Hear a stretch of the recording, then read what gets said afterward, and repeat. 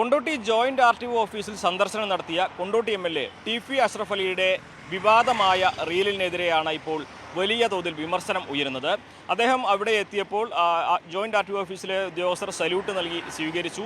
തുടർന്ന് അദ്ദേഹത്തെ ജോയിന്റ് ആർടിഒയുടെ കസേരയിലിരുത്തി അവിടെ നിന്ന് അദ്ദേഹം കാര്യങ്ങൾ സംസാരിക്കും. ഇതാണ് റീലിൻ്റെ കണ്ടന്റ് ആയിട്ടുള്ളത്, സംഗ്രഹമായിട്ടുള്ളത്.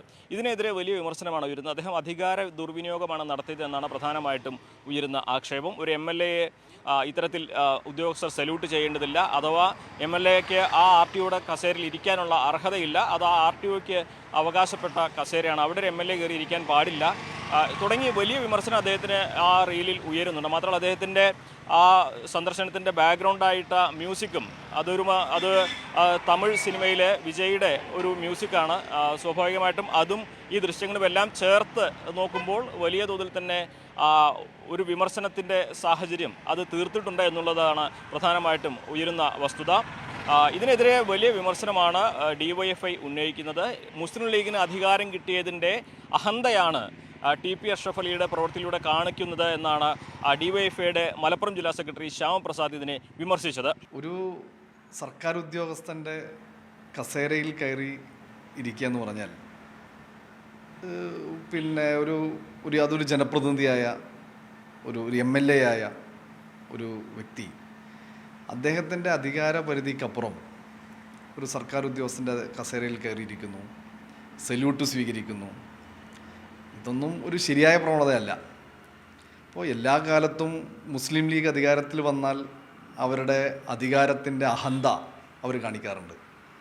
അതിൻ്റെ ഒരു ഭാഗമാണത്. ഇതൊരു നിഷ്കളങ്കമായി സംഭവിച്ചൊരു കാര്യമല്ല. എന്നാൽ ഇതിനെക്കുറിച്ച് ടി.പി. അഷ്റഫ് അലി പറയുന്നത് ഇപ്രകാരമാണ്. പ്രവേശനോത്സവത്തിൻ്റെ അതേ ദിവസമായിരുന്നു ഈ സന്ദർശനം ഉണ്ടായിരുന്നത്. ജോയിന്റ് ആർടിഒ ഓഫീസിലെ ഉദ്യോഗസ്ഥർ ക്ഷണിച്ചതിനെ തുടർന്നാണ് താൻ അവിടേക്ക് എത്തിയത്. അവർ നിർബന്ധിച്ചത് കൊണ്ടാണ് താൻ ആ കസേരയിൽ ഇരുന്നത്. അതിൽ മറ്റൊരു തരത്തിലുള്ള വിവാദവും ഉണ്ടാക്കേണ്ട കാര്യമില്ല. അത് അങ്ങനെ വിവാദം ഉണ്ടാക്കാൻ വേണ്ടി ചെയ്തതുമല്ല. അവരുടെ ഉദ്യോഗസ്ഥരുടെ നിർബന്ധപ്രകാരമാണ് അങ്ങനെ പെരുമാറിയത് എന്നാണ് അദ്ദേഹം ഇതിൽ പറയുന്നത്. മാത്രമല്ല ഉയർന്ന വിമർശനങ്ങൾ വളരെ കുറച്ച് മാത്രമാണെന്നും താൻ കൊണ്ടോട്ടിയിലെ ആളുകളുടെ ആവശ്യങ്ങൾ അവരുമായി സംസാരിക്കുവാനും ഉദ്യോഗസ്ഥരുമായി സംസാരിക്കുവാനും കാര്യങ്ങൾ അവരിലേക്ക് എത്തിക്കാനുമാണ് അവിടേക്ക് പോയത്. തൻ്റെ ഉദ്ദേശ ലക്ഷ്യം അതായിരുന്നു. അതിന് ആ കാര്യത്തിലാണ് തൻ്റെ ശ്രദ്ധ. ഈ ഉയർന്ന വിമർശനങ്ങൾ അത് കാര്യമാക്കുന്നില്ല എന്ന ഒരു പ്രതികരണമാണ് അദ്ദേഹം നടത്തിയിട്ടുള്ളത്. എന്നാണെങ്കിലും ഇദ്ദേഹത്തിൻ്റെ ചട്ടലംഘനമല്ല, മറിച്ച് ഈ ഒരു ദൃശ്യങ്ങളിലെ ഔചിത്യമാണ് പലപ്പോഴും ഇവിടെ ചോദ്യം ചെയ്യപ്പെടുന്നത്. ഒരു MLA എന്ന നിലയിൽ ടി.പി. അഷ്റഫ് അലിയുടെ നടപടി അത് സാമൂഹ്യ മാധ്യമങ്ങളിൽ വിമർശനത്തിന് വിധേയമാകാനുള്ള കാരണവും ഒരു ഔചിത്യത്തിൻ്റെ പ്രശ്നമായിട്ട് തന്നെയാണ് കാണുന്നത്.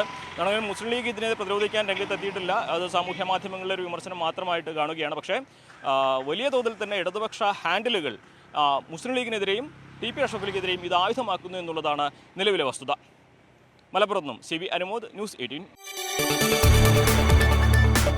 കൂടുതൽ വാർത്തകൾക്ക് News 18 Keralam YouTube channel subscribe ചെയ്യുക.